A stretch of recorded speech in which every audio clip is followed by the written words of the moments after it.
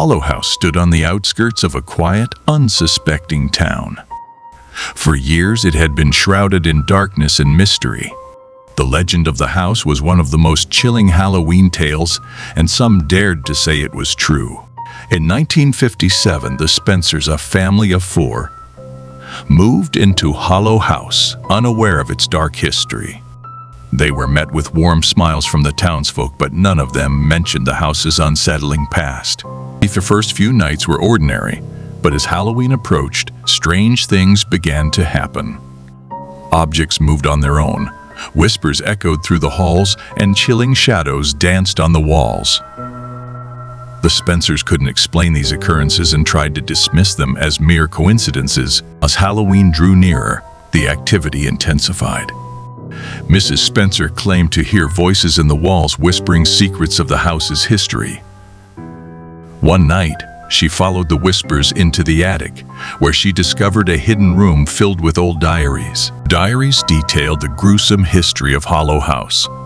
In the 1800s, a deranged man named Silas Hollow had lived there.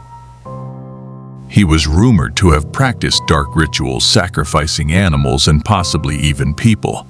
As Halloween approached, he became more unhinged, believing the veil between the living and the dead was thinnest on that night.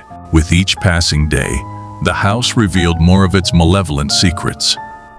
The walls seemed to breathe with a sinister life of their own, and the Spencers began to see ghostly apparitions wandering the halls. They attempted to leave, but every time they opened the front door, it led them right back into the house. Desperation set in as they realized they were trapped within the haunted confines of Hollow House.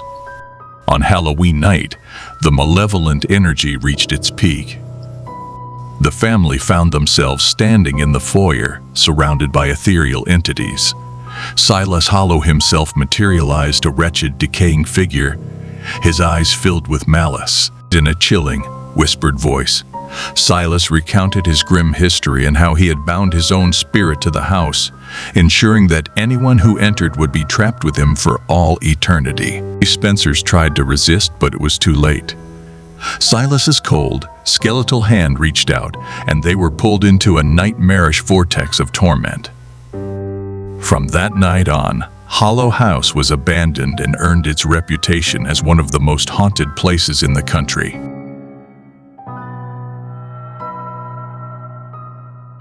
Ravenwood Cemetery, nestled on the outskirts of a remote village, was unlike any other graveyard. Its eerie ambiance drew the curious and the brave, but those who ventured too close discovered its terrifying secret. In 1972, a group of friends decided to spend Halloween night at Ravenwood Cemetery.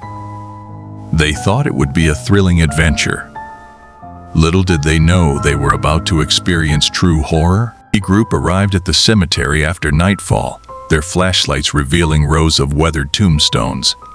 An unsettling mist shrouded the grounds, giving an otherworldly feel to the place.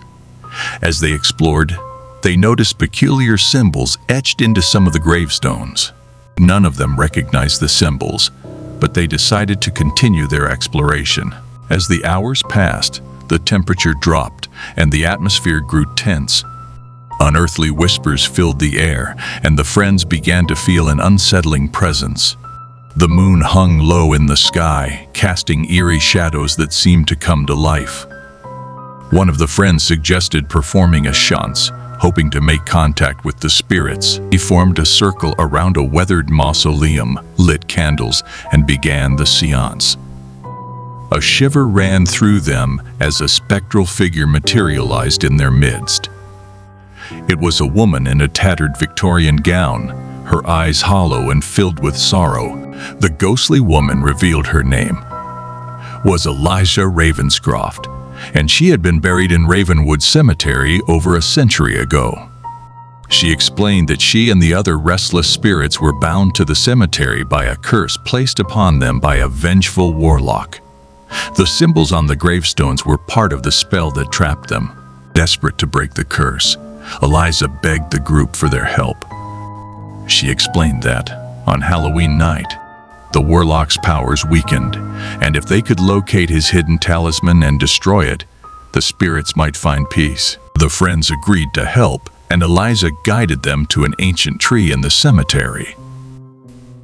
There, they unearthed a hidden chest containing the warlock's talisman, a sinister-looking amulet. With trembling hands, one of the friends shattered the amulet against a gravestone. The moment the amulet shattered, an ear-piercing scream filled the air, and the ghosts of Ravenwood Cemetery were released. The spirits ascended into the night sky, their sorrowful expressions transformed into peaceful smiles. As the friends left the cemetery, forever changed by their harrowing experience. Ravenwood Cemetery remained a place of rest for the departed, no longer haunted by malevolent spirits. In the small town of Blackwood, Halloween was a cherished holiday. Each year, the town held a grand masquerade ball that drew people from all around. However, the Halloween of 1998 would forever be remembered as the night of the Macabre Masquerade. The ball was held at the historic Blackwood Manor, a mansion known for its opulence and ghostly legends. As the night began, the guests, all adorned in elaborate costumes and masks, reveled in the festivities.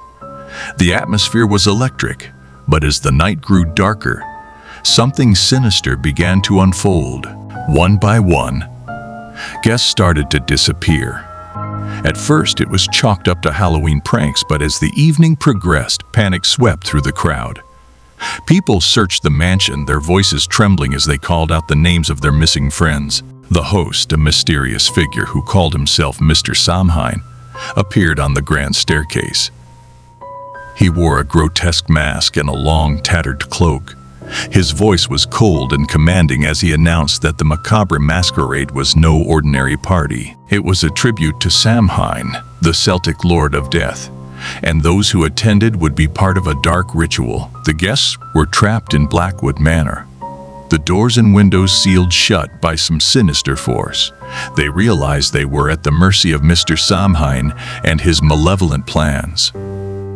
In a ghastly procession, he led the remaining guests to the mansion's ominous cellar. There, they were surrounded by candles and symbols drawn in blood.